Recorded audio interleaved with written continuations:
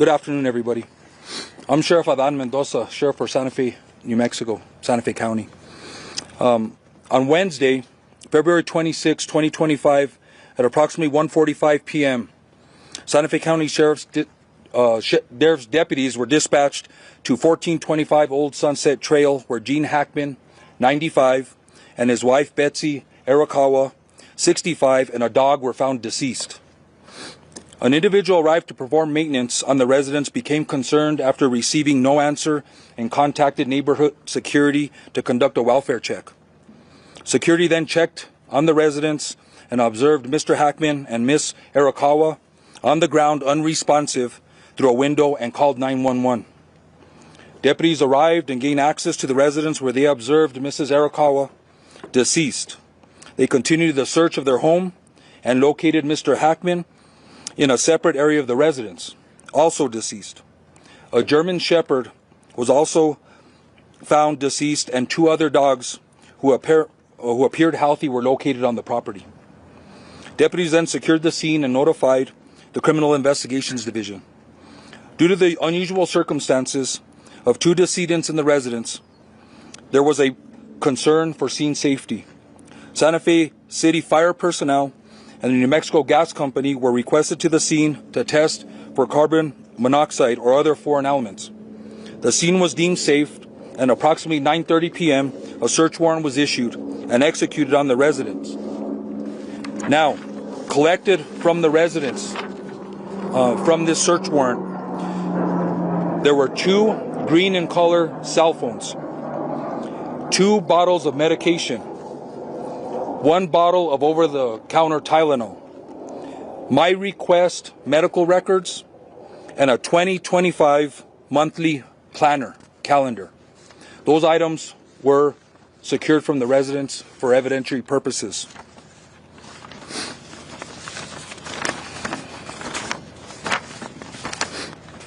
The Santa Fe Animal Control Division worked with family to ensure the safety of the 2 surviving dogs.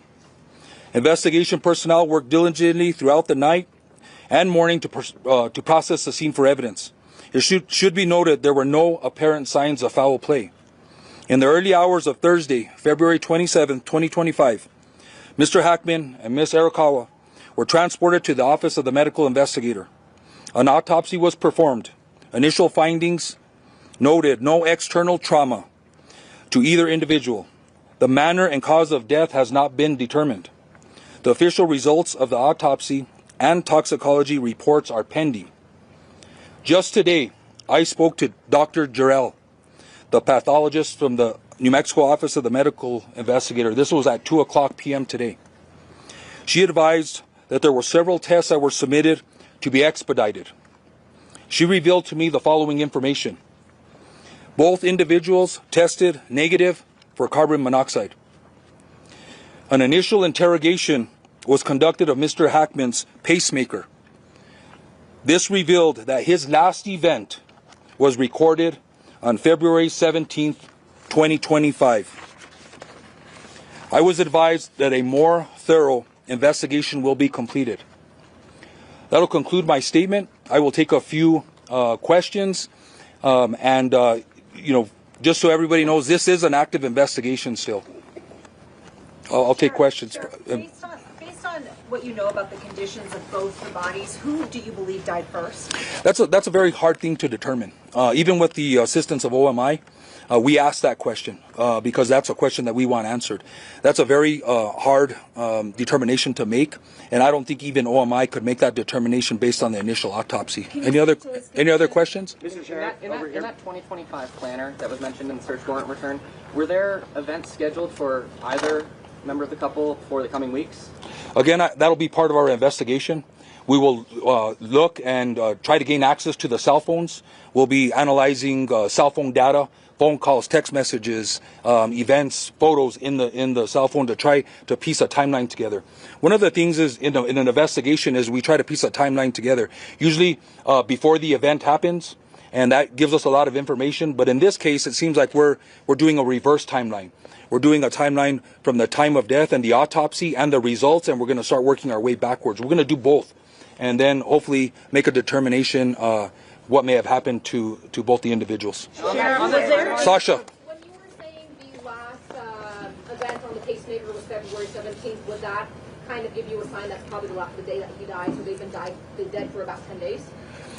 According to the pathologist, I think that is a very good assumption that was his last day of life. Sheriff, is there any surveillance video? Why are the pills such important evidence? I'm sorry? The pills. Okay. The finding of the pills being such important evidence, and could that have been part of the cause of death? Well, of course, they're important evidence. These are things that I think are important for the pathologist and OMI to consider to try to make a determination what the cause and manner of death are. So all that information is collected, not just for us, but we can provide that information to the pathologist and OMI so they can try and make a determination of what the manner and cause is. And I think that's important for OMI also. Sheriff, was there any surveillance video, and is that helping you to determine what may have led up to this? That's a good question, and that question's been asked. So, I respect the Mr. Hackman's and Ms. Arakawa's regard for privacy. I think everybody here understands that they were very private individuals and a very private family. There is no surveillance, as we know of right now, in the interior of the residence or the exterior of the residence that is going to help us determine a timeline or events that happened. Do we think she was outside? Sir? Tom Manson with CBS News. Have investigators been able to get into the obtained cell phones? Not at this time. We have them in our possession. Those were collected yesterday. It's going to take a process. We do have software, and we may have to reach out to other agencies for assistance to get past, if they're password protected, to get past the passwords and gain access to that information. So this is some other things it's going to take a little bit of time. Sheriff, is there any information on the dog? There are names, Nikhil McClellan from the Albuquerque Journal, there are names on prescription bottles. Do we know any idea as to who was taking any of those medications? Yeah, due to HIPAA, I don't want to release who the medication was prescribed to or what the medication is. I think there's a HIPAA concern there, so I won't release that information. Sheriff, do you know the nature of the pills that were found by Mike's wife? What were those pills there? What were they? Yeah, I think I just answered that question. I think I stated I'm not going to release the actual medication or who it was prescribed to due to HIPAA questions. Sir? Carbon monoxide part of it, is that what the pathologist told you, does that rule out carbon monoxide, or is it possible it kind of dissipates from the body and before they can find signs of it? I think that's a question for the pathologist. It's with that information, I'm assuming that at the time of death that they were negative for carbon monoxide, which means to me that that is possibly ruled out. That's another conversation I think that we will have with the pathologist and OMI to make sure that that's still not indication, but it sounds like that's ruled out. Were there any signs that Betsy was under any form of distress? I don't have that information. Again, I didn't personally see the individuals, so there's no indication that there was any stress. There was no indication of any of that I can tell or that I can share, unfortunately. Hold on. Anybody else? I know you've asked a question, ma'am. Sheriff, was there any significance to the space heater being located near her head, that detail, and any more information about how the dogs died? No, I don't think the space, now that we've ruled out carbon monoxide, unless there's something else that comes back in the toxicology report, that we have to look, we're going to look at everything, right? We have photographs, we've documented everything that was close to the body in the room, then we'll look at that a little closer. But right now, there's no indication that has anything to do with it. Were you able to determine whether they fell or not? Like, was there any trauma evidence on the bodies to suggest a fall? No, I don't think there was any indication that again there was no trauma indicated on the body. I'm assuming if they would have fell or injured themselves or a head injury or brain injury, that would have been discovered by the pathologist. So I'm going to say that they weren't. Just to follow up, you saw the sunglasses and the cane on the floor, according to the reports. That would seem to go against that.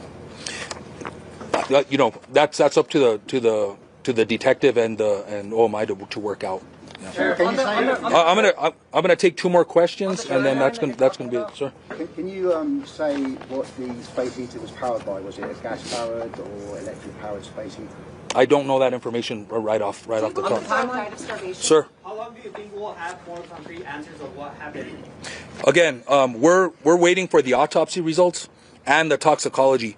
The doctor, the pathologist, shared that information, which I think some tests were expedited.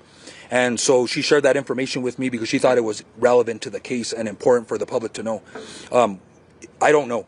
I don't know when the cause and the manner will be determined officially, or when the toxicology results come. I'm assuming the pathologist will wait for the toxicology to come back, so that'll help her make her decision on what the cause and manner is. But it could be months or 3 months or longer, in my experience. One more question. When is the last known contact with either Betsy or Gene? Again, that's been one of our challenges because of their privacy. So one of the challenges is trying to determine that timeline. I think the event of the pacemaker gives us an idea, but we're gonna sift through the cell phone records. We're gonna go through the planner. We're contacting workers, maintenance workers, family members, security. We're gonna be talking to security. It's a secure subdivision. There's in and out that I believe is documented. So we're working with them to try and determine, when the last contact was, and that'll help us put together the timeline. So thank you, everybody. I hope this answered some questions. And again, if we get more information, we will release that. I know there is concern and interest in Mr. Hackman and Mrs. Arakawa, and I just appreciate your patience. Thank you.